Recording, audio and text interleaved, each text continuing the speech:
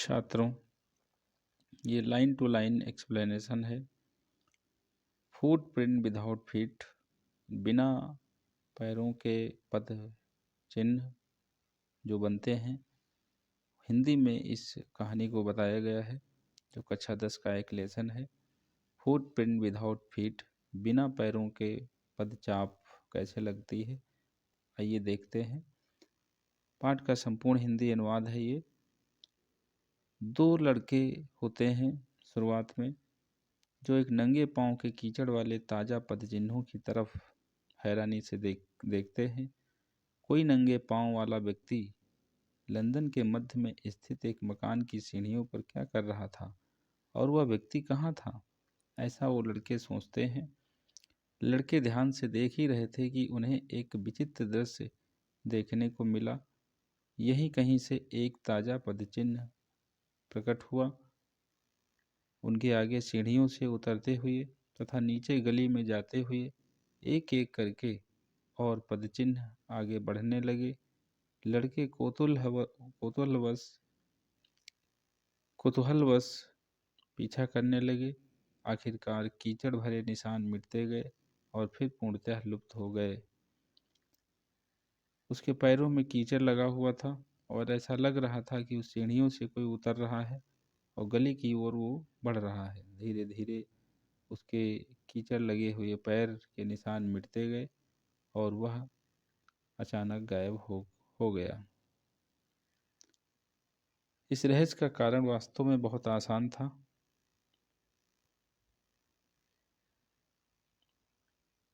आश्चर्यचकित लड़के एक ऐसे वैज्ञानिक का पीछा कर रहे थे जिसने मानव शरीर को पारदर्शक बनाने की विधि खोज ली थी। उसने एक दवाई की खोज की थी, यह सिद्ध करने के लिए कि मानव शरीर को अदृश्य बनाया जा सकता है। ग्रिफिन नामक एक वैज्ञानिक था जिसने अभी अभी प्रयोग किए थे, बहुत सारे प्रयोग किए थे। अंत में उसने एक कुछ दवाइयों का आविष्कार किया और उसी दवा को स्वयं ने पी लिया तथा उसका शरीर एक शीशे की चादर की तरह पारदर्शक बन गया। यद्यपि वह शीशे की तरह ठोस ही रहा, दिखाई तो नहीं पड़ता था, लेकिन वो ठोस रहा, शीशे की तरह, एक शरीर की तरह।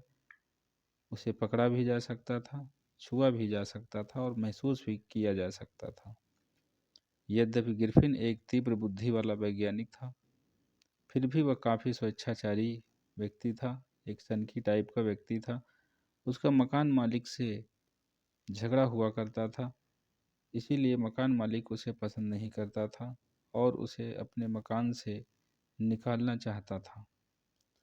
बदला लेने के लिए ग्रिफिन ने मकान को आग लगा दी। एक दिन ये उसने किया कि बदला लेने के लिए उसने मकान में आग लगा दी। बिना दिखाई दिए भाग जाने के लिए उसे अपने कपड़े उतारने पड़े, क्योंकि वो दवाई ऐसी ही थी। शरीर तो गायब हो जाता लेकिन कपड़े नहीं, तो कपड़े उतारने पड़ते थे, तब शरीर दिखाई नहीं पड़ता। इस प्रकार एक अदृश्य व्यक्ति बनकर वह बेघर होकर बिना कपड़ों और बिना पैसों के भटकने लगा, गलियों में भटकने लगा, जब तक उसके पांव कीचड़ में नहीं पड़ गए और चलते चलते उसके पांव के निशान नहीं बनने लगे थे। इसी निशानों को इन्हीं निशानों को ही वो दोनों लड़के देख रहे थे, उनका पीछा कर रहे थे। उसने उन लड़कों से आसानी से अपना पीछा छुड़ा लिया जो लंदन में उसके कदमों के निशानों का पीछा कर रहे थे, परंतु उसके जोखिम भरे कार्य अभी पूरे नहीं हुए थे। उसे और जोखिम उठाना था। बिना वस्त्र पहने लंदन में घूमने के लिए उसने साल का बहुत ही गलत समय चुना था। यह शीत ऋतु का समय था, वही जनवरी का समय था। ये बहुत अधिक ठंडी थी और वह कपड़ों के बिना नहीं रह सकता था।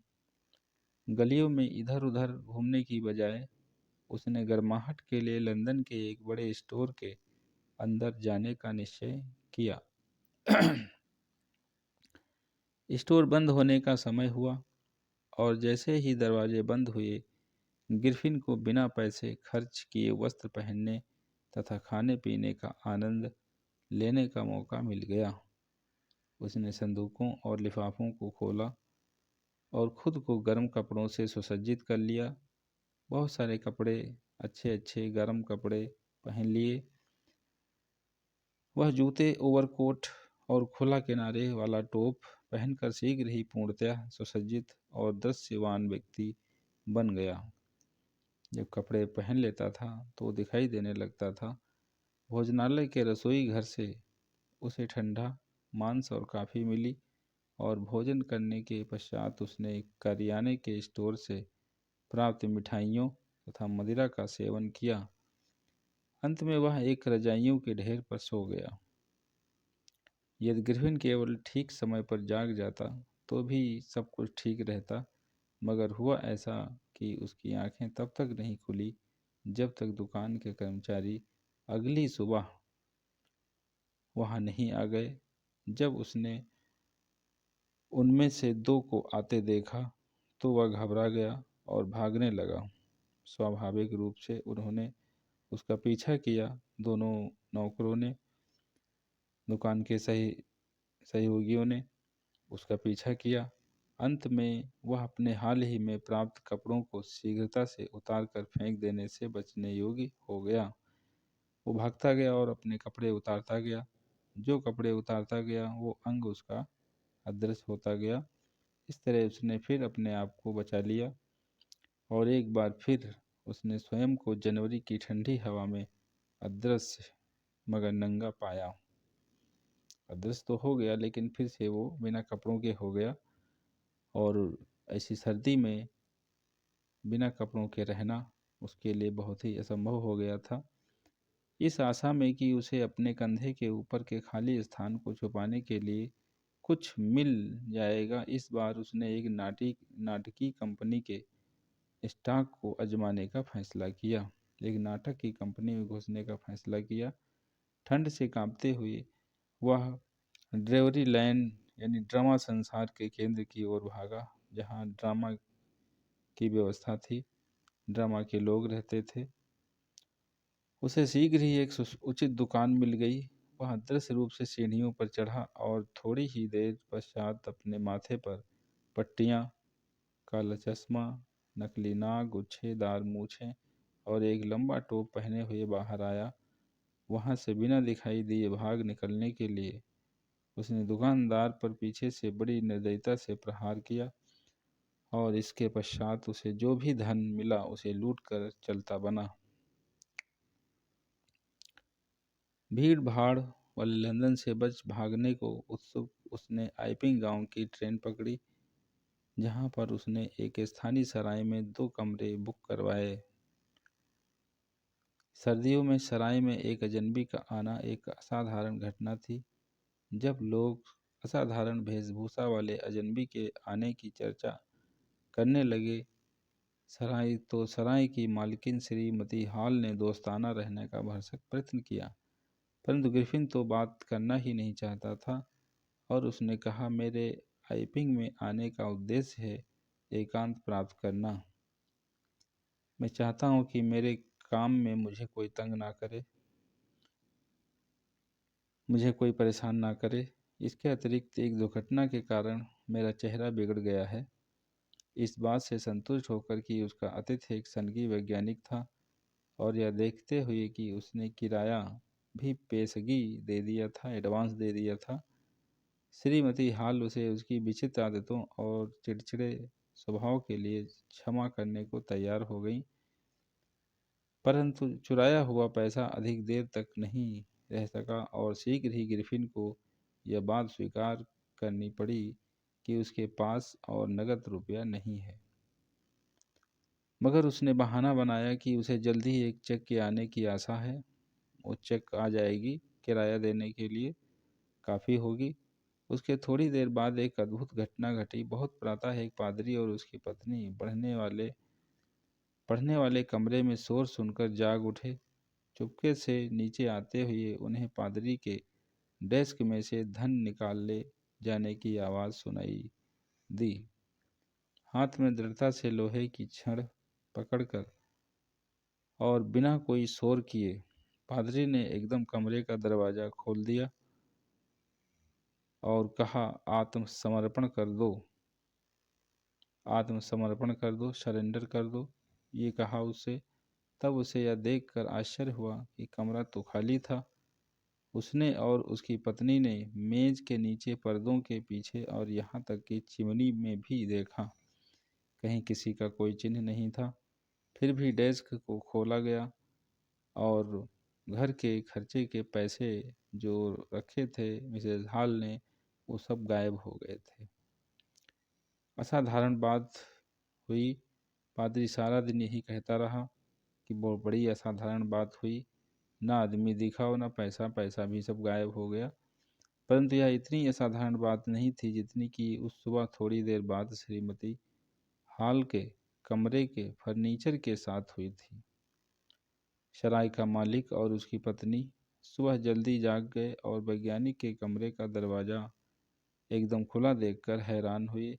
प्रायः यह अंदर से बंद ही रहता था और इस पर ताला लगा रहता था, और यदि कोई उसके कमरे में प्रवेश करता तो वह बहुत नाराज हो जाता। मौका इतना अच्छा था कि वह इसे खोना नहीं चाहते थे। उन्होंने कमरे के चारों ओर झांका, कोई दिखाई नहीं दिया और छानबीन करने का निश्चय किया। पलंग पर बिछे हुए कपड़े ठंडे थे, जिससे यह स्पष्ट हो रहा था कि वैज्ञानिक को बिस्तर छोड़े काफ़ी समय हो गया है। और हैरानी की बात यह थी कि वे कपड़े और पट्टियाँ जिन्हें वैज्ञानिक सदा पहने रहता था, कमरे में बिखरी पड़ी थीं। अचानक श्रीमती हॉल ने अपने कान के समीप सांस लेने की आवाज़ सुनी। एक क्षण बाद बिस्तर के पाए से टोप उछला। बिस्तर के ऊपर टोप रखा होगा, वो टोप उछला और उसके चेहरे से टकराया। तब कमरे की कुर्सी सजीव हो गई। हवा में उछलकर उसने सीधे अगली टांगों से उस पर आक्रमण किया। जैसे ही वह और उसका पति भयभीत होकर जाने के लिए मुड़े, असाधारण कुर्सी ने उन्हें कमरे से बाहर ढकेल दिया और उन पर दरवाज़ा बंद करके कमरे का ताला लगाती हुई प्रतीत हुई। ऐसा लगा कि ताला भी कोई लगा रहा है। धड़ाम से बंद करके ताला लगा लिया। श्रीमती हॉल लगभग बेहोश होकर सीढ़ियों से गिर पड़ी। उसे विश्वास हो गया था कि कमरे में भूत प्रेत है और अजनबी ने किसी तरह उनको फर्नीचर में दाखिल कर दिया था। मेरी बेचारी माँ उस कुर्सी पर बैठती थी। उसने कराह कर कहा, जरा सोचो कि वही कुर्सी मेरे विरुद्ध खड़ी हो गई है, मुझे मारना चाहती है। पड़ोसियों की धारणा थी कि इस मुसीबत का कारण जादू टोना है, परंतु जादू टोना हो चाहे ना हो, जब पादरी के घर चोरी का समाचार फैला तो संदेह किया जाने लगा कि इसमें विचित्र वैज्ञानिक का हाथ था। जब उसने एकदम नकद रुपए पेश किए तो यह संदेह और भी पक्का हो गया, क्योंकि उसने कुछ समय पहले ही स्वीकार किया था कि उसके पास नकद पैसे नहीं हैं। गुप्त रूप से गांव के किसी सिपाही को बुलाया गया। सिपाही की प्रतीक्षा करने के बजाय श्रीमती हॉल वैज्ञानिक के पास गईं, जो रहस्यमय तरीके से अपने खाली शयन कक्ष से प्रकट हुआ था। उसने पूछा, तुम ऊपर मेरी कुर्सी को क्या करते रहते हो? और मैं जानना चाहती हूँ कि खाली कमरे में से तुम कैसे प्रकट हुए? खाली कमरे में कैसे प्रकट हुए और तुमने ताला बंद कमरे में किस प्रकार प्रवेश किया? वैज्ञानिक को सदैव जल्दी क्रोध आ जाता था। अब वह क्रोध से लाल पीला हो गया। तुम नहीं जानती कि मैं कौन और क्या हूँ, वह चिल्लाया। ठीक है, मैं तुम्हें दिखाऊंगा। अचानक उसने अपनी पट्टियाँ, मूछें, चश्मा और नकली नाक भी फेंक दी। उसे ऐसा करने में केवल 1 मिनट लगा। उस होटल में उपस्थित लोग भयभीत होकर बिना सिर के मनुष्य को आंखें फाड़ फाड़ कर देखने लगे। पुलिस का सिपाही मिस्टर जेफर्स था, वह पहुंच गया था और वह यह जानकर बहुत हैरान हुआ कि उसे बिना सिर के मनुष्य को पकड़ना था, परंतु जयफरज को अपना कर्तव्य निभाने में आसानी से नहीं रोका जा सकता था।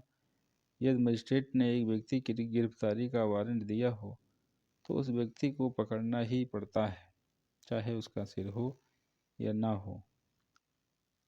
तब बहुत ही बड़ा विचित्र दृश्य देखने में आया जब सिपाही ने एक ऐसे व्यक्ति को पकड़ने का प्रयत्न किया जो अधिक अदृश्य होता जा रहा था, क्योंकि वह एक एक करके कपड़े उतार रहा था। अंत में एक कमीज हवा में उड़ी और सिपाही ने पाया कि वह एक ऐसे व्यक्ति में संघर्ष करते पाया जिसे वह बिल्कुल देख नहीं सकता था। उसे ऐसे व्यक्ति को पकड़ना था जो बिल्कुल दिखाई नहीं दे रहा था। कुछ लोगों ने उसकी सहायता करने का प्रयत्न किया, परंतु न जाने कहाँ से उन पर मार पड़ने लगी। लात घोंसा से वही मार रहा था। अंत में जब जयफरज ने अदृश्य वैज्ञानिक को पकड़ने का अंतिम प्रयास किया तो वह चोट खाकर बेहोश हो गया। लोग घबराकर चिल्लाए, उसे पकड़ो मगर कहना उसे पकड़ो मगर कहना जितना आसान था, करना उतना ही कठिन था। गिरफिन ने स्वयं को आज़ाद करवा लिया था और अब कोई नहीं जानता था कि उसे कहाँ से पकड़ा जाए। सब ये कह रहे थे कि उसे पकड़ो, लेकिन ये कोई नहीं जानता था उसे पकड़ा कैसे जाए। ये थी कहानी फुटप्रिंट विदाउट फीट की। एक अच्छा 10 का लेसन है, इसको अच्छी तरह से आप लोग पढ़ लें। इसकी हिंदी बताई गई है इसमें।